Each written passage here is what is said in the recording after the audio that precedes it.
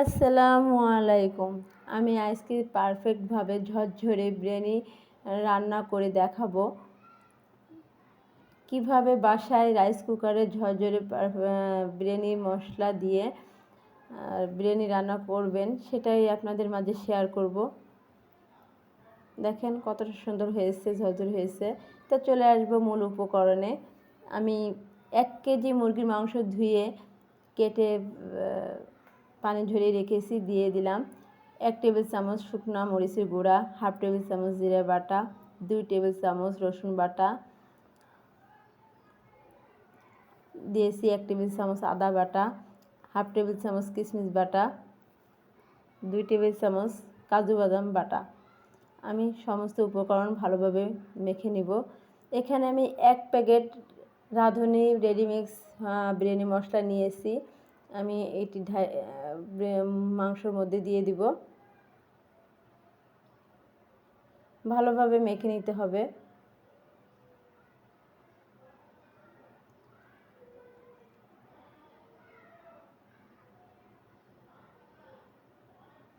ভালোভাবে মেখে নিয়েছি দেখেন। এখন আমি দিয়ে দেব লবণ,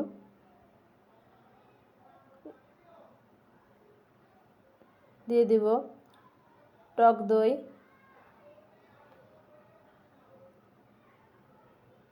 আমি সমস্ত উপকরণ ভালোভাবে মেখে নেব।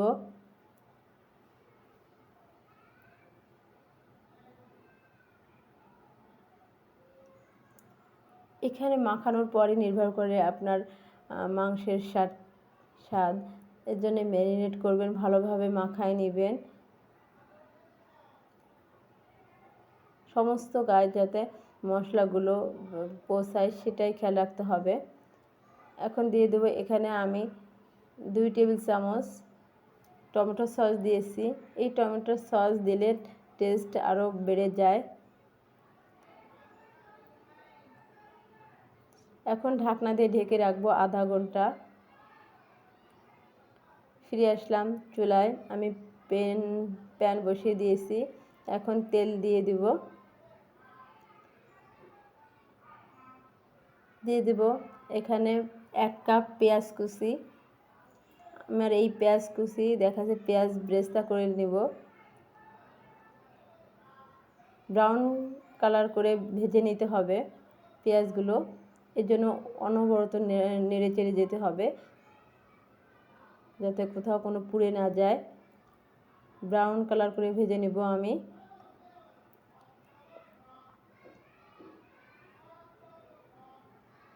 আমার ভাজা হয়ে গেছে, দেখেন কতটা ব্রাউন কালার হয়েছে। আমি উঠাই নিব।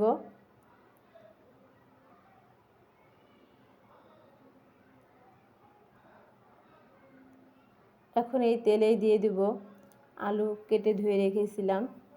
আমি এই আলুগুলো ভালোভাবে ভেজে নেব। আমি এখানে লবণ হলুদ দিয়ে ভালোভাবে ভেজে নেব। একটু হালকা হলুদ দিতে হবে যাতে আলুর কালারটি ভালো হয়। আমি অফ ক্যামেরায় হলুদ গুঁড়া দিয়েছিলাম, সামান্য একটু হলুদ গুঁড়া। দেখেন একটু যখন কালার চেঞ্জ হয়ে আসবে তখন উঠায় নিব। আমি বেশি করে ভাজবো না, হালকা কালারটা চেঞ্জ হলেই হবে।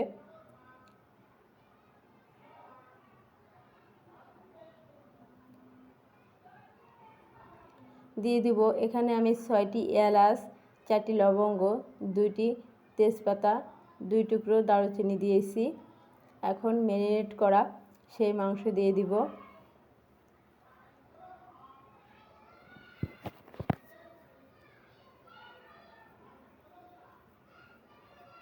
ভালোভাবে নেড়ে চেড়ে নিতে হবে।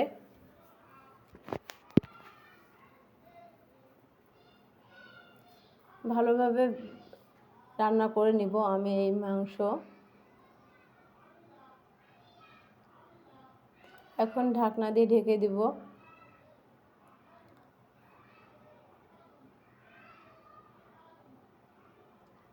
দেখেন কতটা পানি বের হয়ে গিয়েছে। এখানে আমি সেই পেঁয়াজ ব্রেস্তার মধ্যে 3 টেবিল চামচ আমি চিনি দিয়ে দিলাম। ভালোভাবে মেখে নিব। সামান্য এই চিনি দিলে মাংসের টেস্টি বেড়ে যায় অনেক গুণে। কতটা পানি বের হয়েছে আমার মাংস থেকে।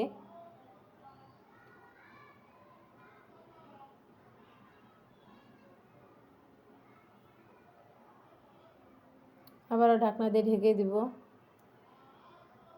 আমি এই মাংসের মধ্যে পেঁয়াজ বেরেস্তা দিয়ে দেব, আর কিছুটা রেখে দিব বিরিয়ানির মধ্যে দিব।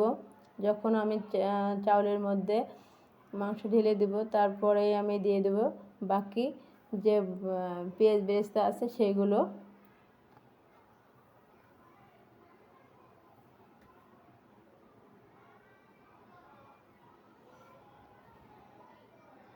এখন এই মাংসের মধ্যে আমি আলু দিয়ে দিলাম, যাতে আলুটা সেদ্ধ হয়ে যায়।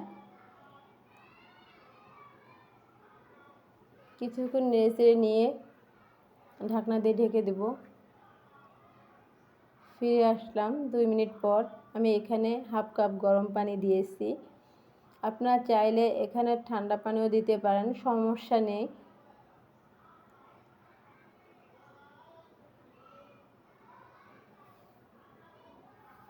আবার ঢাকনা দিয়ে ঢেকে দিব।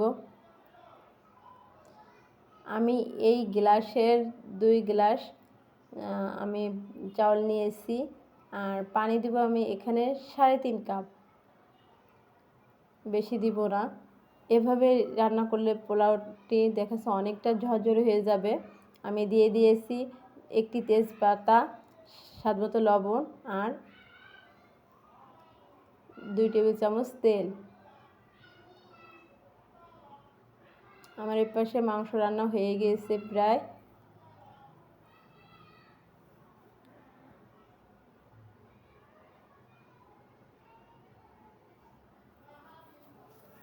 এখন চাউল ভেজে নিব।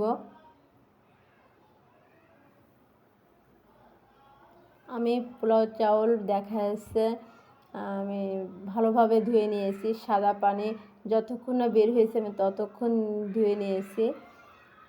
আমি রেস্টে রেখেছিলাম প্রায় আধা ঘন্টার বেশি, যাতে পানি ঝরে যায়।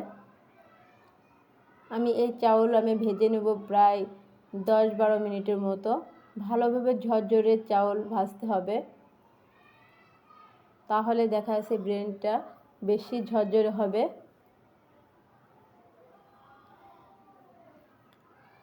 আমি রাইস কুকারে পানি বসিয়ে দিয়েছি।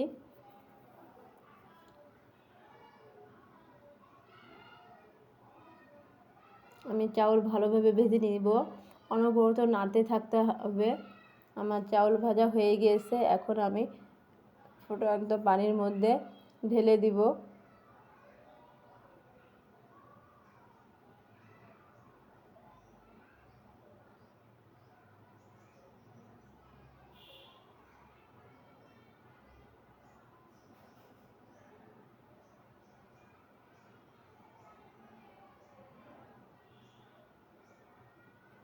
আমি পানি ভালোভাবে ফুটিয়ে নিয়েছি। এরপর রাইস কুকার অফ করে রেখেছিলাম। এই পাশে দেখাচ্ছে আমার চাউল ভাজা হয়েছিল না, এই কারণে আমি এখানে 3-4 মিনিট পর চলে আসলাম। 3-4 মিনিট পর আমার পানিটা অনেকটা শুকায় গিয়েছে। এই কারণে আমি দেখা যাচ্ছে আমার মাংসটা বেশি সেদ্ধ হয়ে গিয়েছিল, এর জন্য একটু পরে দিয়েছি। আমি এখন ভালোভাবে মিশিয়ে নিব।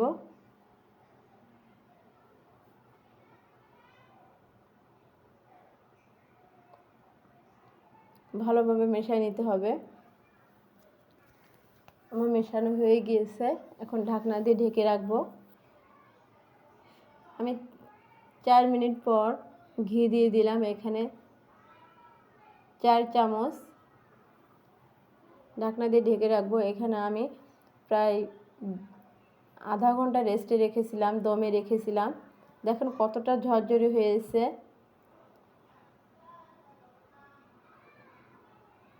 পারফেক্ট হয়েছে, কোথাও কোনো কাঁচা নেই। আর ভাতটাও অনেক ঝরঝরে হয়েছে। এভাবে আপনারা বাসায় তৈরি করে দেখবেন। তা ভালো লাগলে লাইক করবেন এবং শেয়ার করবেন। আল্লাহ হাফেজ।